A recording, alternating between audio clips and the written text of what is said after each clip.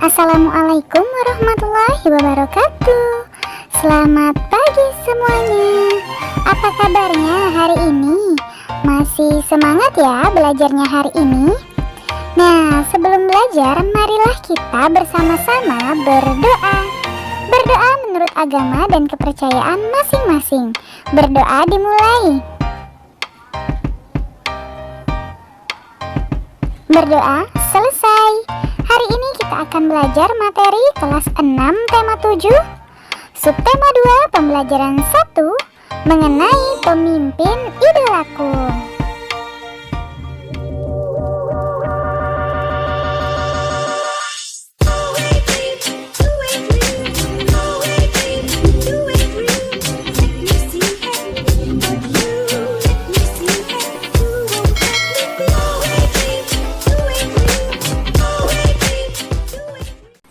Adapun tujuan pembelajaran kita hari ini yaitu yang pertama, mengetahui nilai-nilai yang dimiliki pemimpin.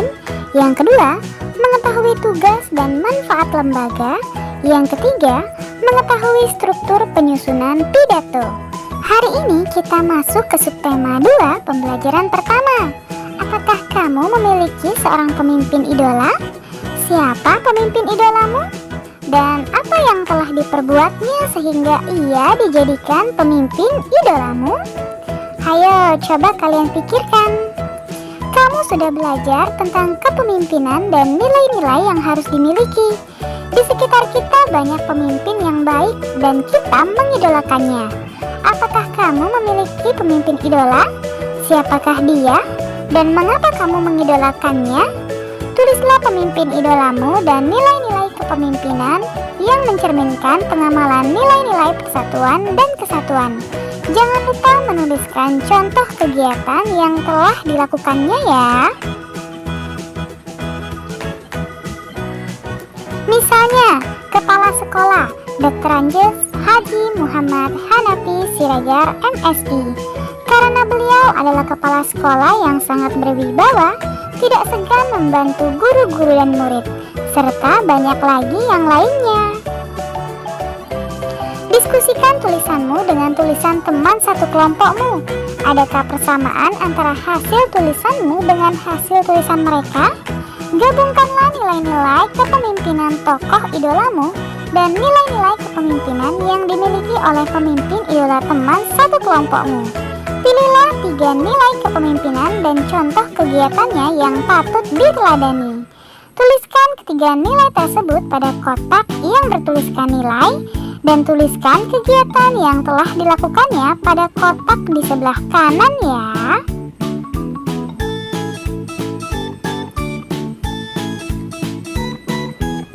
Nah, misalnya yang pertama itu adalah nilai ketuhanan.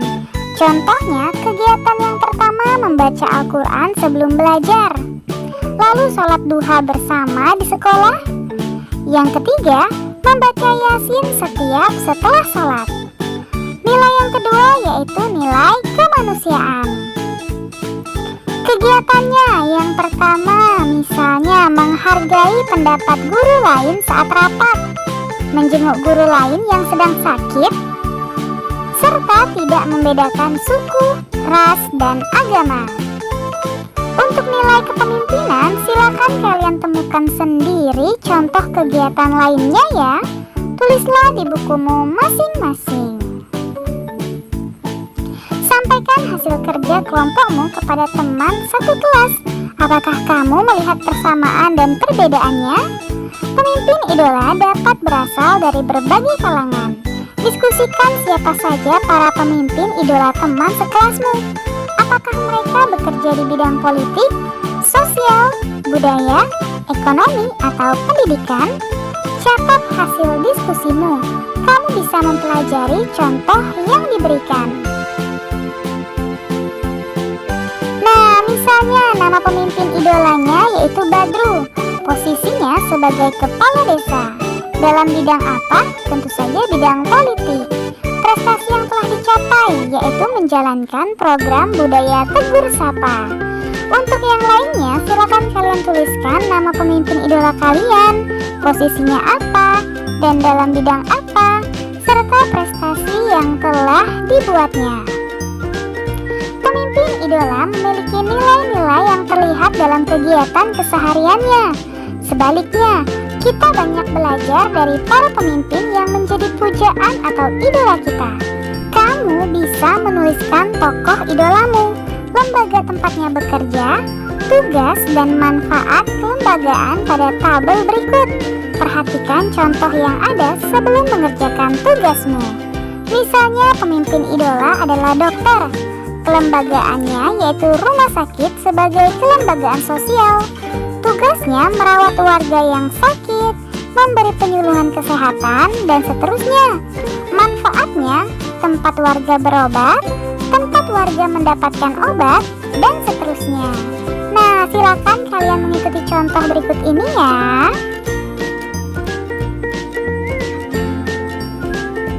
Sekarang ayo membaca. Kita mengidolakan seorang pemimpin karena kita tahu mereka bekerja untuk kepentingan rakyatnya. Ayo belajar dari salah seorang pemimpin yang patut kita teladani melalui bacaan berikut. Judulnya Pamanku, Lurah Idola. Ini cerita tentang pamanku, Badi namanya. Ia seorang lurah di desanya. Warga biasa memanggilnya dengan sebutan Pak Lurah. Tetapi aku tahu mereka mengenal dekat, hormat serta sayang kepada beliau. Walau menjabat sebagai lurah, pamanku hidup sederhana.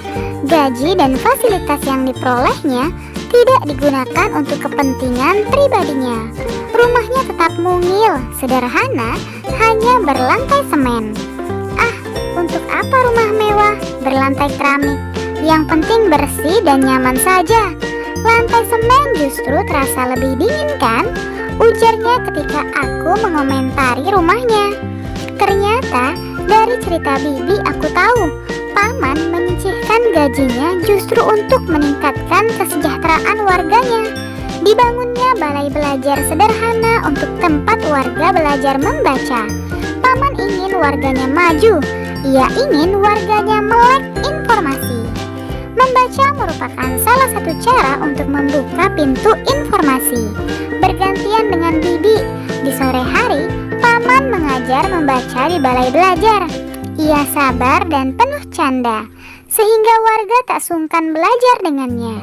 Kadang warga seperti lupa bahwa sang guru adalah lurah, pejabat pemerintahan desa. Paman sedikit demi sedikit juga menyediakan berbagai buku di balai belajar. Berbagai buku disediakan, seperti buku bercocok tanam, pemeliharaan hewan, dan buku pengetahuan umum tersedia di sana. Ia selalu menyisihkan sebagian gajinya untuk membeli buku di pasar buku bekas.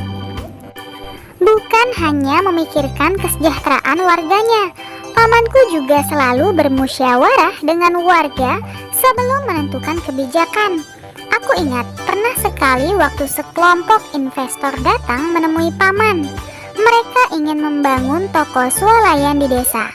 Sebagai lurah, paman dapat saja langsung menyetujui. Tetapi, paman justru mengumpulkan warga untuk berdiskusi. Dikemukakannya dampak positif dan negatif jika ada toko swalayan di desa mereka. Sebagian besar warga tidak setuju karena khawatir akan mengalahkan usaha kecil warga. Warung dan pasar tradisional akan tersaingi. Tanpa ragu, paman pun menolak rencana pembangunan toko swalayan tersebut. Aku yakin banyak warga yang ingin dipimpin oleh lurah seperti Pak Badi, pamanku. Seorang pemimpin yang memilih untuk tidak menjulang tinggi di tengah kesederhanaan warganya. Seorang pemimpin yang memilih untuk berjuang maju bersama warganya. Perhatikan nilai-nilai yang dimiliki oleh tokoh pemimpin pada teks bacaan di atas. Sebagai seorang pemimpin, ia sedang mengamalkan nilai-nilai persatuan. Apa yang dilakukannya merupakan wujud dari cintanya terhadap tanah air. Nah, berikut ini nilai-nilai yang terkandung dalam sila ketiga Pancasila, yaitu Persatuan Indonesia. Yang pertama, sanggup dan rela berkorban untuk kepentingan bangsa dan negara apabila diperlukan. Yang kedua, mengembangkan rasa cinta kepada tanah air dan bangsa. Yang ketiga, mengembangkan rasa kebanggaan, berkebangsaan dan bertanah air Indonesia. Yang keempat, mengembangkan persatuan Indonesia atas dasar Bhinneka Tunggal Ika. Yang kelima, memajukan persatuan dan kesatuan bangsa. Nah, apakah kamu telah menerapkan nilai-nilai persatuan? Tulislah contoh penerapan nilai-nilai persatuan saat kamu berada di sekolah. Jangan lupa sertakan manfaatnya bagimu dan lingkungan sekitarmu. Silakan kalian tuliskan pada kotak di bawah ini ya. Sekarang ayo mencoba. Lurah idola. Seperti tokoh dalam cerita sebelumnya, memang dicintai masyarakatnya. Penduduknya dengan beragam latar belakang agama, sosial, suku bangsa, dan budaya dapat bersatu karena seorang lurah yang bekerja keras untuk penduduknya. Sebagai pelajar, kamu pun dapat melakukan kegiatan yang bermanfaat bagi lingkunganmu. Buatlah rencana pidato yang mengajak teman sekolahmu untuk membantu adik kelas atau warga di lingkungan rumah untuk belajar membaca. Susunlah naskah pidato dengan struktur penyusunan pidato yang telah dipelajari sebelumnya. Nah, teks pidato harus memuat salam pembuka, berisikan kalimat sapaan seperti selamat pagi, selamat siang, selamat malam, dan lain-lain. Lalu ada pendahuluan, memaparkan topik permasalahan yang akan dibahas. Kali ini, kamu akan membahas pengamalan persatuan dan kesatuan di lingkungan, yaitu meningkatkan kualitas warga. Kamu akan membantu adik kelas atau warga di lingkungan rumahmu untuk membaca. Yang ketiga ada inti, berisikan pembahasan topik secara lengkap. Kalimat ajakan atau bujukan digunakan untuk mengajak pendengar melakukan kegiatan yang diharapkan. Lalu ada keterangan lengkap tentang topik disampaikan secara rinci. Ada penutup, yaitu penyampaian rangkuman atau intisari topik yang telah disampaikan. Kemudian ada salam penutup, berisi kalimat salam penutup seperti terima kasih. Kamu akan berpidato bergiliran di hadapan adik kelas dan guru-gurumu di pertemuan berikutnya ya. Diskusikanlah bersama orang tuamu. Lalu, tulislah dalam kotak berikut ini. Pemimpin yang dikagumi adalah mereka yang dipercaya oleh rakyatnya. Mereka bekerja untuk kepentingan rakyat dan memikirkan nasib rakyatnya. Apa yang terjadi kalau pemimpin tidak amanah? Nah, sekarang ayo renungkan. Setelah belajar tentang pemimpin idola, apakah menurutmu menjadi pemimpin idola mudah? Lalu mengapa? Dan apakah kamu bisa menjadi pemimpin idola? Coba kalian jelaskan. Untuk kerjasama dengan orang tua, diskusikanlah dengan orang tua tentang pemimpin idolamu. Tanyakan kepada mereka, apakah mereka memiliki pemimpin idola? Bandingkan nilai-nilai yang dimiliki oleh para pemimpin tersebut. Catatlah hasilnya. Bandingkan catatanmu dengan catatan temanmu di sekolah ya. Tetap belajar dan terus semangat. Terima kasih kalian sudah menyelesaikan materi hari ini dengan baik. Kamu memang anak pintar. Ayah bunda, terima kasih ya sudah mendampingi Ananda hari ini. Semoga Ananda memahami materi pembelajaran hari ini dengan baik. Jangan lupa untuk membereskan perlengkapan belajar. Berterima kasihlah kepada kedua orang tua, serta berdoalah setelah belajar. Terima kasih. Sampai bertemu di materi selanjutnya. Dadah. Wassalamualaikum warahmatullahi wabarakatuh.